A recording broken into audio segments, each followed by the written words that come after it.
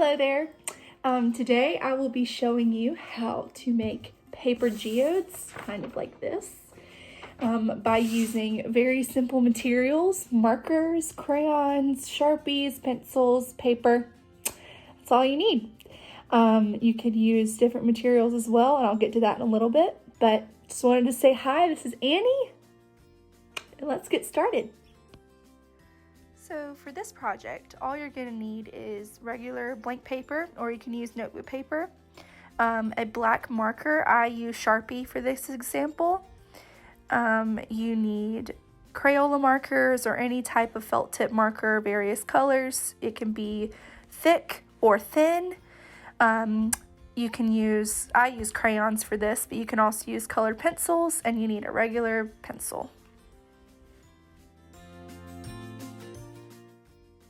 Get started, you're going to take your pencil and you are going to draw a very organic shape in the center of your paper, pretty large.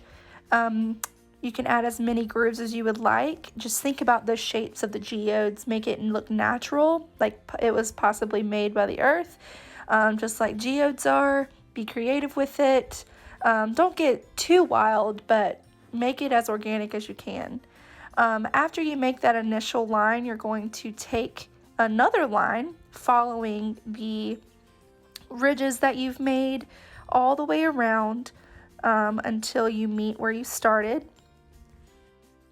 Once you have your second line drawn, you're going to do the same exact process 3 more times, giving you 5 total organic shape lines, so to say, when you're done. All the way around until you meet your starting point. That way you're starting from the outside going in.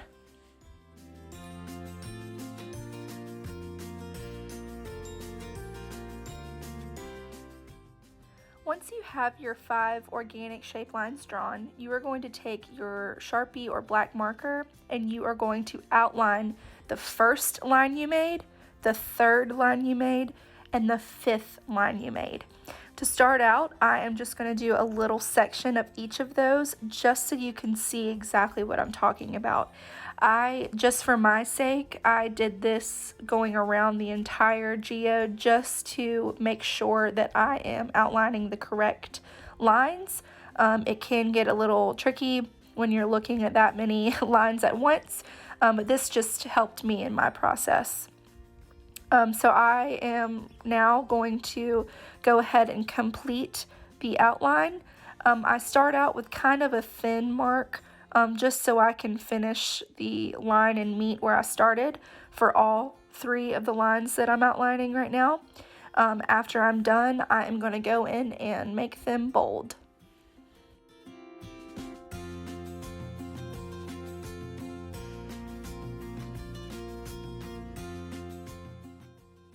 Here I am taking my Sharpie and I am making certain parts of my lines thicker than others. There's really no rhyme or reason to this, it's just what you see fit. I am kind of being selective with it, only doing certain parts, making some really thick, some thinner than most. Again, be creative with it, kind of make it your own, but make sure you do that same exact thing throughout all 3 of your lines.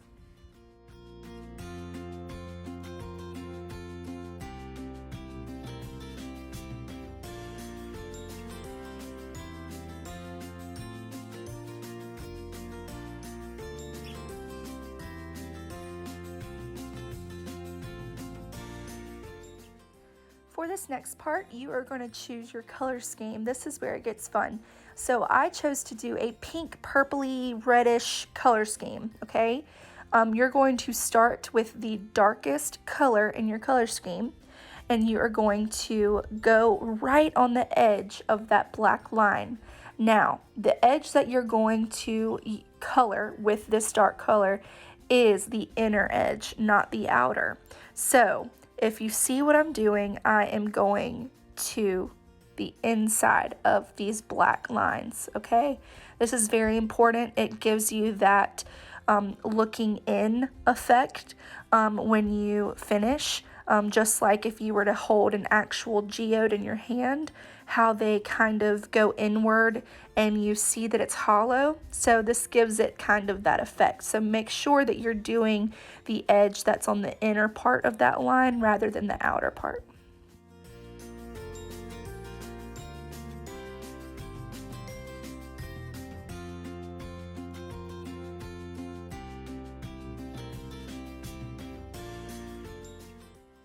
For this next part, you're going to take your second darkest color. Mine is a dark pink, and you're going to follow along those marks that you just made with the darkest color that you have. Again, you're going on the inner part of those lines, okay? Making it look kind of 3D, that you're looking into a geode. You go right on the edge. You can tilt your marker to the side if you would like to make a thicker mark. I decided to make mine a little more bold, but that's totally up to you. Be creative. Make sure that you're working from the darkest color to the lightest color.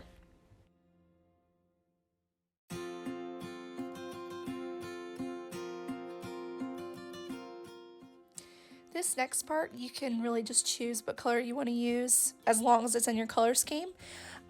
Here you're going to outline those really thin lines that you haven't put any marker on yet.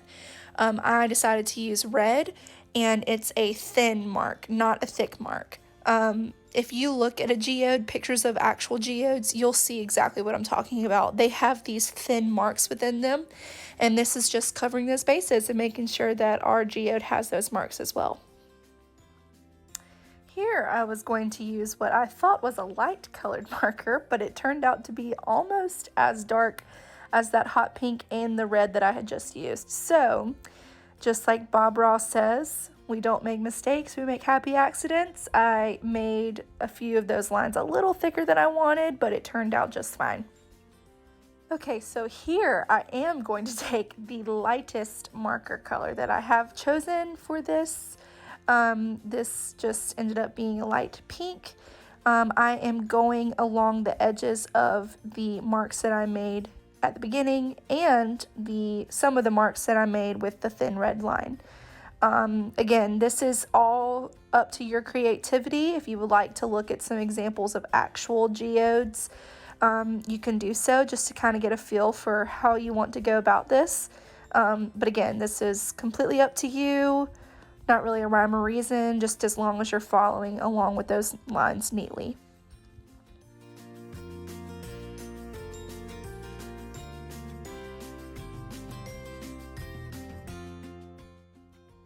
Alright, so here we get to use crayons. What we're going to do with the crayons is we are going to fill in those white spots on our geodes. Do not put a lot of pressure, really color lightly. This is just to make sure that those white spots are covered. When choosing your crayon colors, make sure that they are in your color scheme. By color scheme, if you look at the color wheel and let's say your main color is purple, everyone knows that purple is a secondary color, so red and blue make purple. So really anything between red and blue you can use for this color scheme. So I chose to use purple or violet, red, pink, red, violet.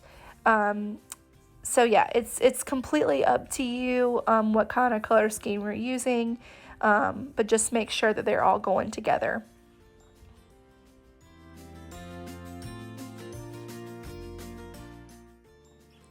Here I am using a super light color crayon. As you can see, you really can't see the color that well, so I decided to go over with a violet, a darker color crayon. I'm just making lighter marks in a few spots just to kind of give the impression of more of an organic look. Again, I'm going over with the red violet again to fill in those spaces a little more than the light pink did.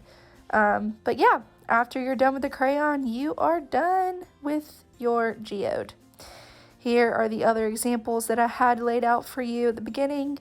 All kinds of different shapes and colors, but just make sure you're staying in that color scheme and you got your geode.